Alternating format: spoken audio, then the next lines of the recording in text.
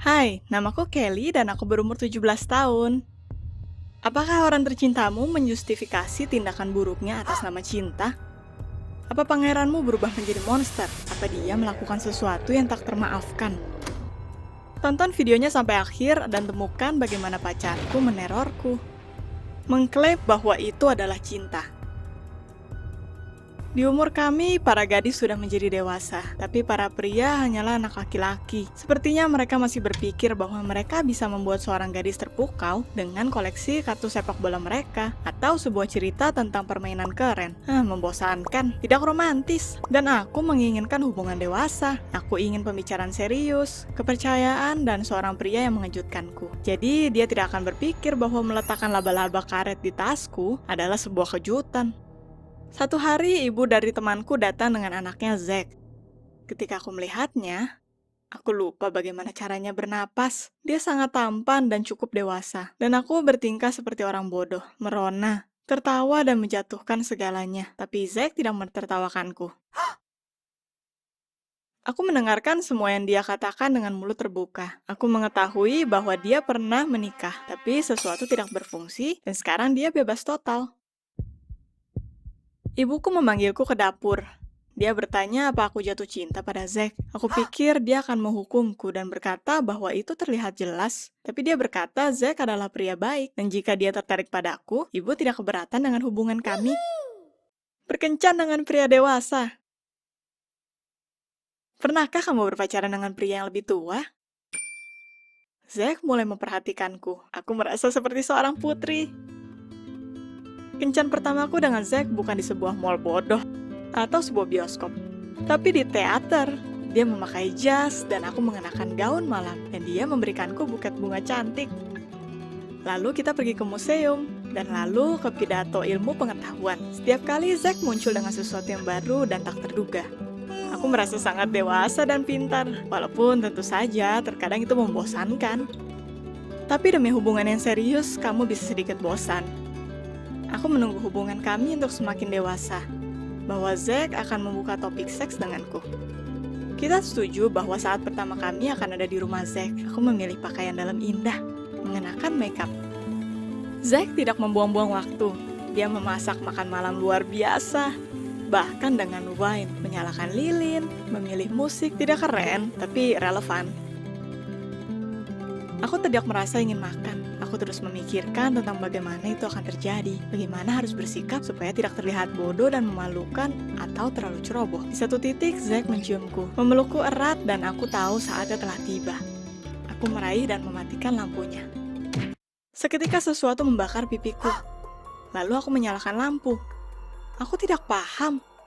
Zack berdiri di seberang, merah dengan kemarahan.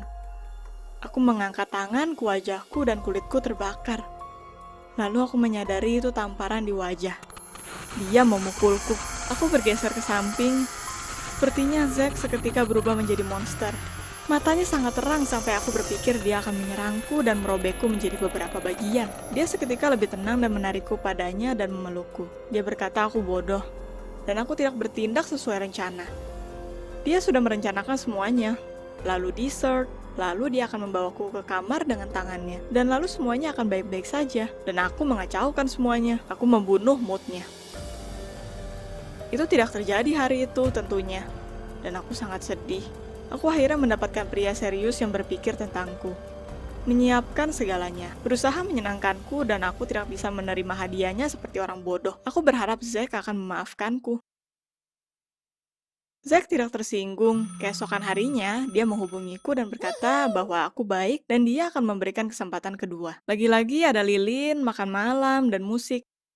Aku menurutinya dan berusaha untuk rileks. Tapi setiap kali aku takut akan ada sesuatu yang salah. Dan dia akan marah lagi. Semuanya berjalan cepat dan tidak begitu menyenangkan. Sama sekali tidak seperti yang aku bayangkan. Aku tidak memberitahu ibuku. Dia tua dan yakin bahwa sebelum seks, kamu harus bergandengan tangan dulu untuk setahun. Seperti anak kelas 1. Jadi aku tidak menceritakan seksnya atau tamparannya. Keesokan harinya, Zack mengundangku di akhir minggu. Dia merencanakan setiap jam di akhir minggu kami. Kemana kita akan pergi, musik apa yang akan kita dengarkan, dan apa yang kita makan. Itu terdengar sangat baik. Itu seperti membaca naskah film tentang hari Valentine. Aku melingkarkan tanganku di leher Zack, tapi lalu aku mengingat tamparan dan ragu. Bagaimana jika aku salah lagi? Zack langsung menyadarinya dan meminta maaf untuk tamparannya. Dia tidak mau melukai atau menyerangku. Tapi dia hanya sangat sedih bahwa aku tidak menghargai usahanya. Terkadang dia kasar jika dia merasa kalah. Aku tidak seharusnya membuatnya marah. Semua harus berjalan sesuai rencana. Aku memintanya untuk memaafkanku karena tidak bisa melupakan cerita bodoh ini dan tidak mempercayainya karena satu kejadian. Kita setuju untuk tidak membahasnya lagi. Apa kamu pikir itu setimpal untuk menghentikan semuanya saat itu? Atau itu tidak mungkin untuk memaafkan bahkan hanya satu tamparan? Aku menanyakan rencana akhir minggu. Dia menjawab bahwa hal utamanya adalah mood bagus dan senyuman. Cute! Akhir minggu masih lama. Zack dan aku bertemu dan bercinta setiap malam. Itu sulit untuk kami untuk terbiasa dengan satu sama lain. Aku selalu melakukan kesalahan. Terkadang aku tertidur terlalu awal, terkadang aku lupa mematikan telepon, dan itu berbunyi di waktu yang salah. Itu juga membuat Zack sangat marah jika aku langsung mandi setelah seks. Suatu kali dia mendorongku ke kamar mandi dan mengunciku. Dia berkata jika aku terburu-buru, aku bisa duduk di sana. Ya, setiap kali aku membuat kesalahan, Zack kehilangan kendali. Aku bahkan mendapat beberapa tamparan lain di wajah. Terkadang aku berpikir dia sama sekali tidak menyukaiku. Aku ingin berdiskusi dengan ibuku, tapi aku tahu apa yang akan dia katakan, dan aku sedih untuk meninggalkan Zack. Dia berusaha sangat keras untuk membuat semuanya sempurna. Aku rasa aku tidak cukup berusaha. Tapi satu hari, aku sangat tergesa untuk pulang ke rumah, dan Zack memberikanku luka sebagai hadiah perpisahan. Aku tidak menyadarinya sampai ibuku melihatnya. Itu percuma untuk membantahnya, dan aku mengakui semuanya. Awalnya sulit, tapi itu melegakan untuk membicarakan semua kegalauanku. Ibuku seharusnya menenangkanku. Tapi dia hanya berkata bahwa aku melebih-lebihkan masalahku.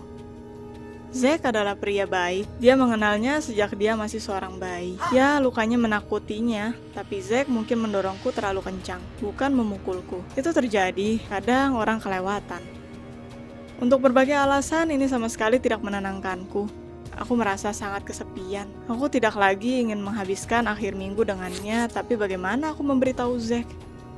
Ketika ibu Zack datang lagi, aku mengambil saat itu untuk mengambil teleponnya keluar dari tas. Aku menemukan Izzy, mantan istri Zack, di daftar kontaknya dan menyimpan nomornya. Dan segera setelah ibu Zack pulang, aku menelpon Izzy.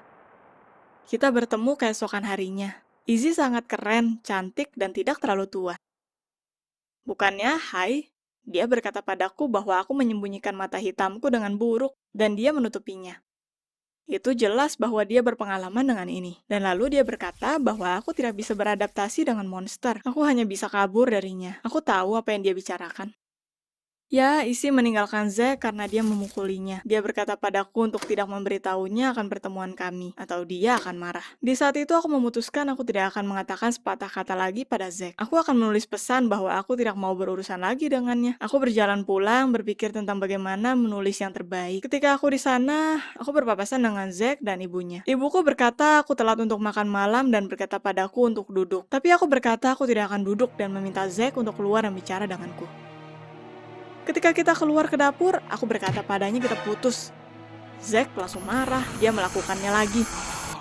Aku menutup mataku dan tiba-tiba mendengar suara deringan. Ibu kami mendengar suara berisik dan ibu Zack menumpahkan cangkirnya ketika dia melihat apa yang anaknya lakukan.